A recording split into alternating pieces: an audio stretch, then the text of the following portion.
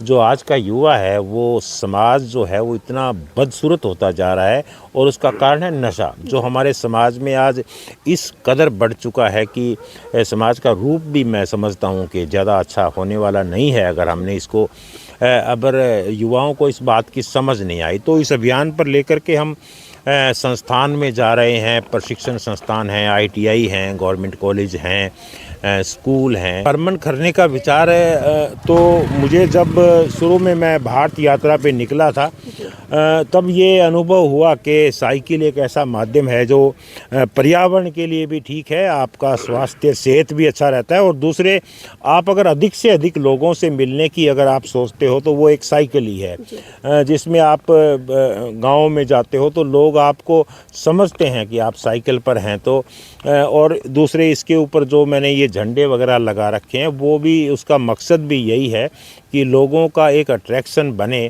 कि यार कोई आदमी है जो ये कर रहा है, तो उनको जल्दी से समझ में आती है ये बात। आज जी सर, क्या नाम है?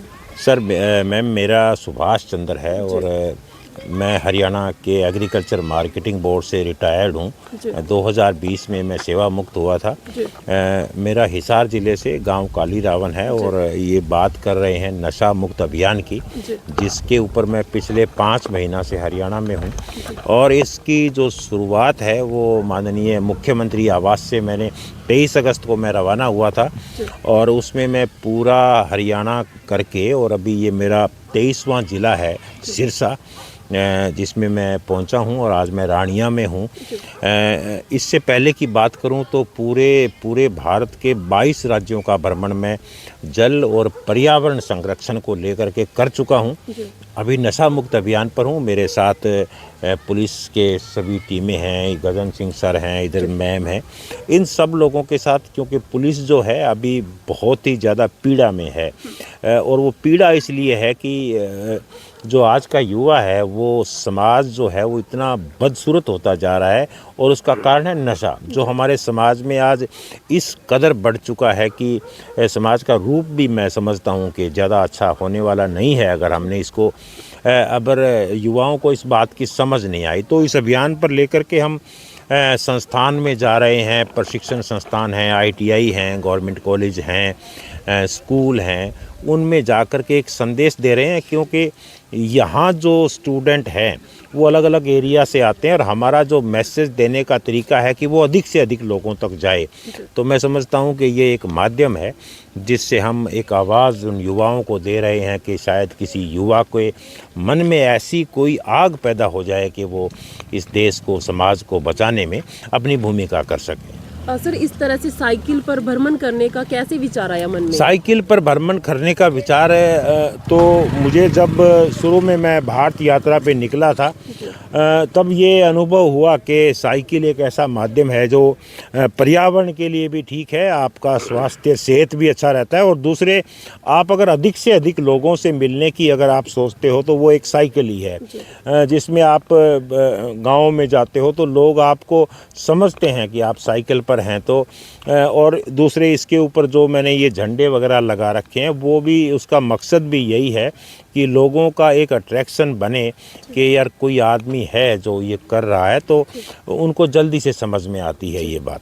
अगर इन झंडों की बात की जाए तो सर, ये कौन कौन सी जगह के झंडे हैं जो आपने लगा रखे हैं? नहीं, कोई ऐसा नहीं है। गुरुओं के गुरु जम्बेश्वर भगवान जी है जिन्होंने पर्यावरण पर, आप सब ने सुना है कि बिश्नोई समाज जो है इसमें काम करता है, तो ये उनकी शिक्षाएं हैं। और व्यक्ति तो सभी बराबर हैं, मैं कोई जाति को मानता नहीं हूँ, लेकिन उन शिक्षाओं को कोई मानता है वो कोई भी मान सकता है। गुरु नानक देव जी ने पवन गुरु, पानी पिता, माता धरत महत, ये बातें बोली थी कि धरती माता जो है वो तो संत है और हम सबको पानी का, पर्यावरण का, इन पेड़ पौधों का इतना सम्मान करना चाहिए कि जितना हम अपने पिता का सम्मान करते हैं उससे भी अधिक सम्मान हम करेंगे तो प्रकृति हमेशा लौटाती है। हम जो कुछ प्रकृति को देते हैं, आज सबसे बड़ी अगर समस्या बात करें तो ये पॉलीथीन का यूज़ है, जिससे हमारी नालियाँ, हमारे जो सीवरेज है, शहर के जो सीवरेज हैं वो अगर बंद हो रहे हैं तो सबसे बड़ा कारण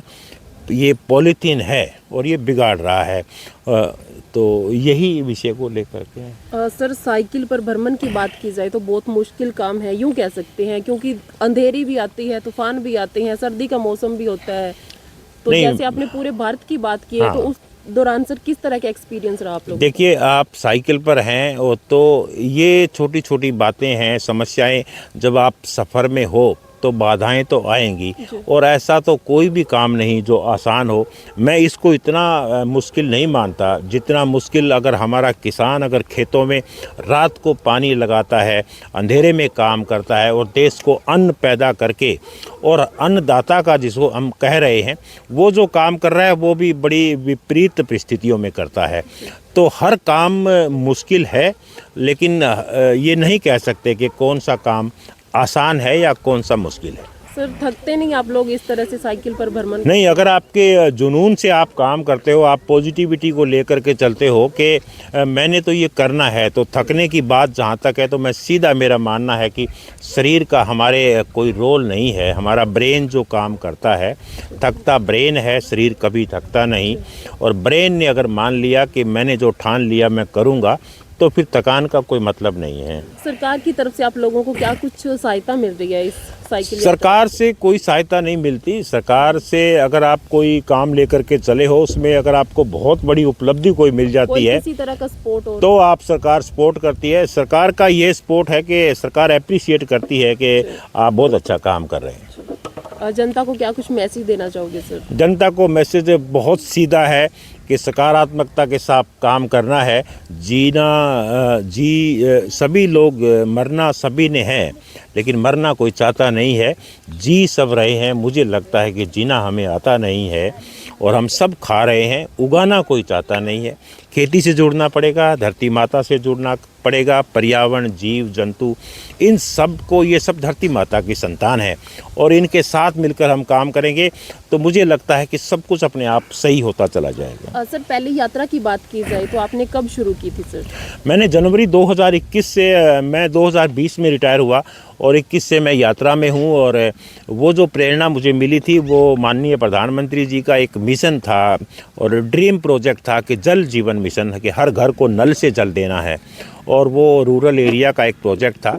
तो उसका जब मैंने पूरा पढ़ा और मैंने जब नीति आयोग की रिपोर्ट देखी कि जल जो है उसकी बर्बादी गाँव में, शहरों में इस कदर है, और ये बर्बादी अगर कम नहीं हुई तो आने वाले समय में देश में मंदी का दौर आ सकता है, क्योंकि कोई भी ऐसी फैक्ट्री नहीं है जो बिना पानी के चलती हो। तो वो मुझे लगा था कि ये बहुत अच्छा एक विचार है और बहुत बड़ा माननीय प्रधानमंत्री जी ने जो सोच ली थी उस पर काम हुआ। तो उसी से मुझे प्रेरणा मिली कि मुझे लोगों को बताना चाहिए कि भाई जल की इज्जत करना सीखो, जल का सम्मान करना सीखो।